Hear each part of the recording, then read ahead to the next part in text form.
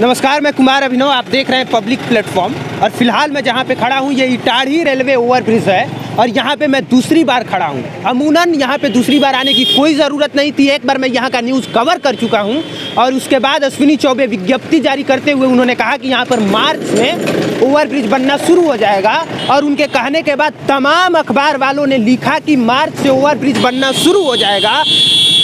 In fact मैंने भी लिखा कि पब्लिक प्लेटफॉर्म की ये पहली जीत है कि जिस मुद्दे को हमने उठाया था वहाँ पे ओवरब्रिज आज बनने जा रहा है। लेकिन उसी बात पे आज मुझे शर्म है कि ये झूठ बात है, यहाँ ओवरब्रिज नहीं बनेगा, ये हकीकत है। और बनेगा तो उस तरह से बिल्कुल नहीं बनेगा जिस तरह से आप सोचते हैं।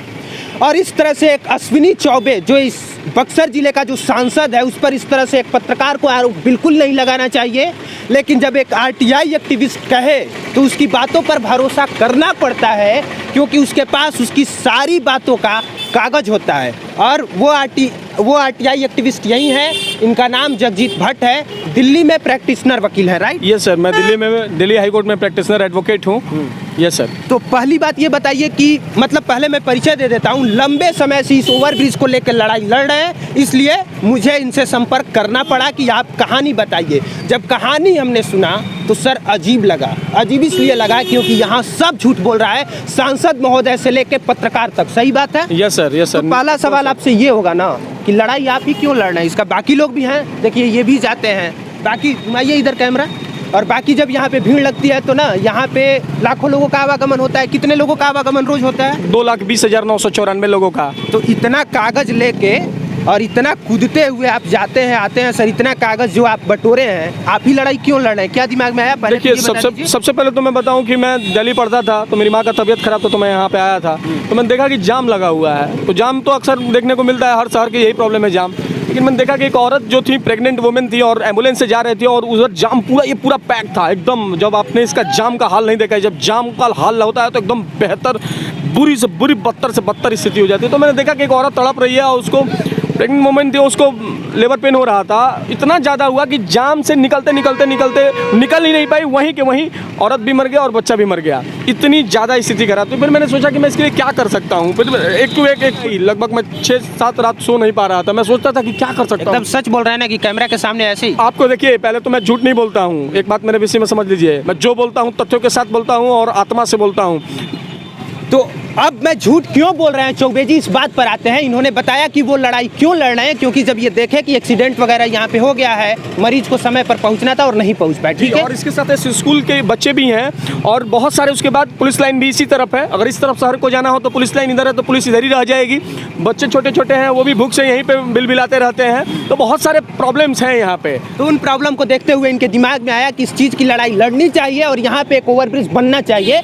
लेकिन अखबार वालों से लेकर सांसद महोदय तक झूठ इसलिए बोल रहे हैं, मैं ये कह रहा हूँ क्योंकि इनके पास एक एक बातों का, जो मैं एक बातें कह रहा हूँ उसका फैक्ट के साथ, प्रूफ के साथ, मंत्री जी के हस्ताक्षर किए हुए, अधिकारियों का हस्ताक्षर किया हुआ सारा का सारा कागज मौजूद है।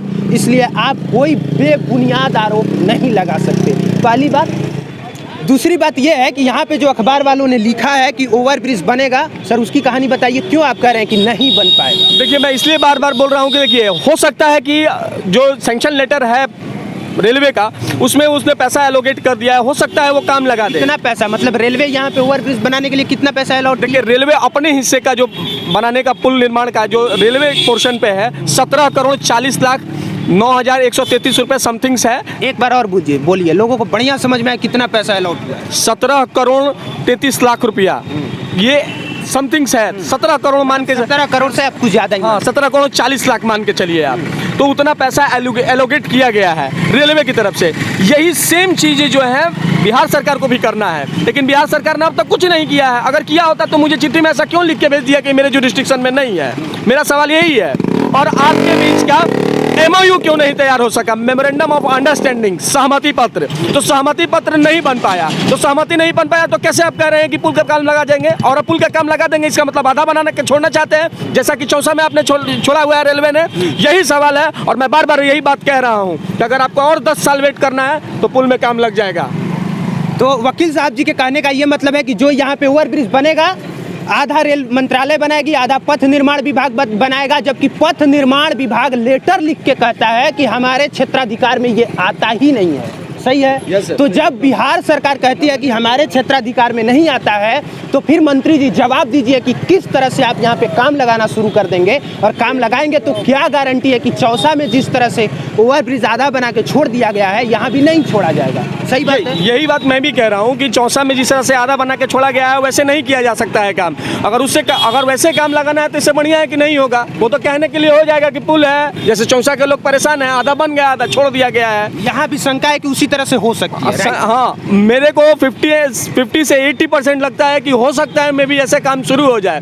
और मैं जैसे कह रहा हूँ, मैं ये कह रहा हूँ कि अगर वहाँ पे पुल बने तो जैसे आरा में बन रहा है, भीटा में बन रहा है, तमाम जगह जहाँ पुल बना वैसे मतलब ऐसे बन रहा है कि एक ही कंपनी दोनों चीजें बना रही है, जो पहुंच पथ है वो भी और जो ओवरब्रिज है वो। जी यही, ये एकदम राइट जी। या तो रेलवे अपने किसी बड़ी कंपनी को दे दे, ये पूरा पुल बना देगी, या तो राज्य सरकार अपने बिहार राज्य पुल निर्माण निगम लिमिटेड को दे देगी, पूरा पुल बना दे। ऐसे नहीं होगा कि आधा आप बनाइएगा आधा वो बनाएंगे। ये अगर ऐसे बनता है तो समझ लीजिए इसमें झोल है। ये मेरे पास चिट्ठी है, मैं ऐसे नहीं बोल रहा हूँ कोई कि ऐसे बनावटी, मैं किसी पे बनावटी आरोप नहीं लगाता हूँ। मेरे पास तथ्य रहते हैं, उस तथ्यों के बिना पे जगजीत भट्ट बोलता है, ऐसे नहीं जगजीत भट्ट बोलता है। तो जब एक वकील इस तरह से झाड़ के कहे ना सर कि मैं तथ्यों के साथ बोलता हूं, तो एक पत्रकार की जिम्मेवारी है कि वो मौका दे और उसकी बातें लोगों तक पहुंचाए। और अक्सर मैं कहता नहीं हूं, मैं नहीं कहता हूं कि आप जो है हमें सपोर्ट कीजिए, और यहाँ भी नहीं कहूँगा, लेकिन एक बात जरूर कहूँगा कि आपका हक है हकीकत जानना, और जब कोई व्यक्ति इस तरह का हकीकत बताए तो आपका काम है उस व्यक्ति का सपोर्ट करना। जी, यही सपोर्ट जो नहीं मिल सका, एक दो मीडिया वालों को छोड़कर, जैसे जनमित्रा है, दैनिक भास्कर है, बहुत सारे इन तीनों अखबारों ने, बिहार कवरेज से आए थे लोग जो चुनाव में, उन्होंने साथ दिया। बाकी किसी ने यहाँ लिखने का काम नहीं किया। और तो इटाढ़ी रेलवे ओवरब्रिज पे जो यहाँ पे ओवरब्रिज बनने वाला है उसका ये मैप है, और मैप के माध्यम से मैं आपको, जगजीत भट्ट जी जैसा वकील है, मैं इनका इंट्रोडक्शन पहले दे चुका हूँ, समझाएंगे कि आखिरकार माननीय जो सांसद हैं यहाँ के अश्विनी चौबे झूठ क्यों बोल रहे हैं। पहले तो आप ये मैप समझा दीजिए क्या चीज़ है और कैसे बनेगा। तो मैं बताऊं कि ये मैप, थोड़ा सा कुंदन जी नज़दीक से दिखाइएगा। हाँ, मैं सबसे पहले आपको बताता हूँ, ये मैप नहीं है, ये जनरल अरेंजमेंट ड्राइंग है। इसमें अगर आप देखेंगे यहाँ पे तो इसमें लिखा गया है, देखिए यहाँ पे लिखा है, यहाँ पे सामान्य व्यवस्था नक्शा।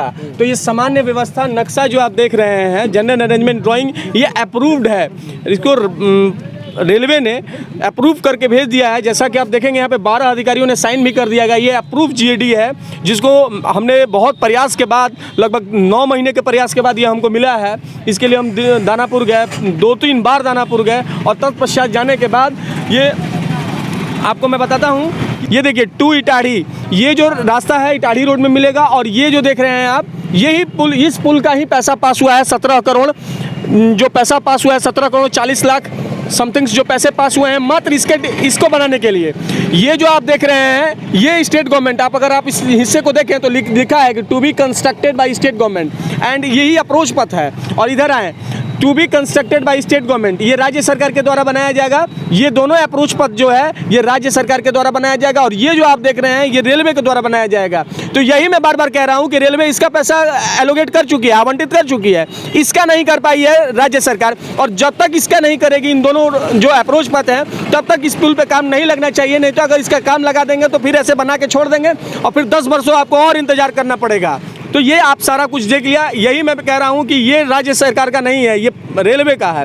और रेलवे के होने के बाद ऐसा ही राज्य सरकार का भी होगा, जिसमें वो अपने पैसे को आवंटित करेगी, और आवंटित करने के पश्चात इस पुल का ज्वाइंट डीपीआर बनेगा, और ज्वाइंट डीपीआर बनने के बाद कोई सिंगल एंटिटी कंपनी जो है इस पुल का निर्माण करेगी। जैसा कि इस पूर्व में सुनने को मिला था कि बिहार राज्य पुल निर्माण निगम लिमिटेड बनाएगी, और अब रेलवे कह रही है कि नहीं, हमें अपने हिस्से का काम लगा देंगे, और रेलवे अपना समझे कि वो, राज्य सरकार समझे कि वो ऐसे कैसे लाएगा। मैंने उनसे कहा भी है, मैं गया अभी तक तो पटना, तो उनसे मुलाकात हुई थी सारे अधिकारियों से। तो मैंने कहा था कि आप ऐसा कोई काम नहीं कीजिएगा जिससे कि हम लोग को, बक्सर वासियों को दिक्कत हो। अगर ऐसा होगा तो फिर हमको मजबूरन फिर हम लोगों को रोड पे आना पड़ेगा।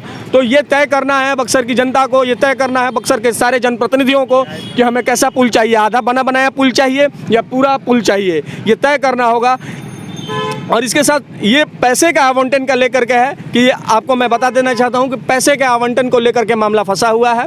तो मैं पैसा जब तक आवंटन नहीं होगा तब तक इसमें पुल में काम नहीं लग पाएगा। आसान भाषा में यही सार है कि जो चौसा का ओवरब्रिज आप देख रहे हैं ना कि आधा बना के आधा छोड़ दिया गया है, तो बिल्कुल वैसे ही अगर यहाँ पे ओवरब्रिज उसी टाइप से बनता है तो यहाँ भी वही होगा कि इंद्रधनुष के आकार की तरह ऊपर ओवरब्रिज बना दिया जाएगा।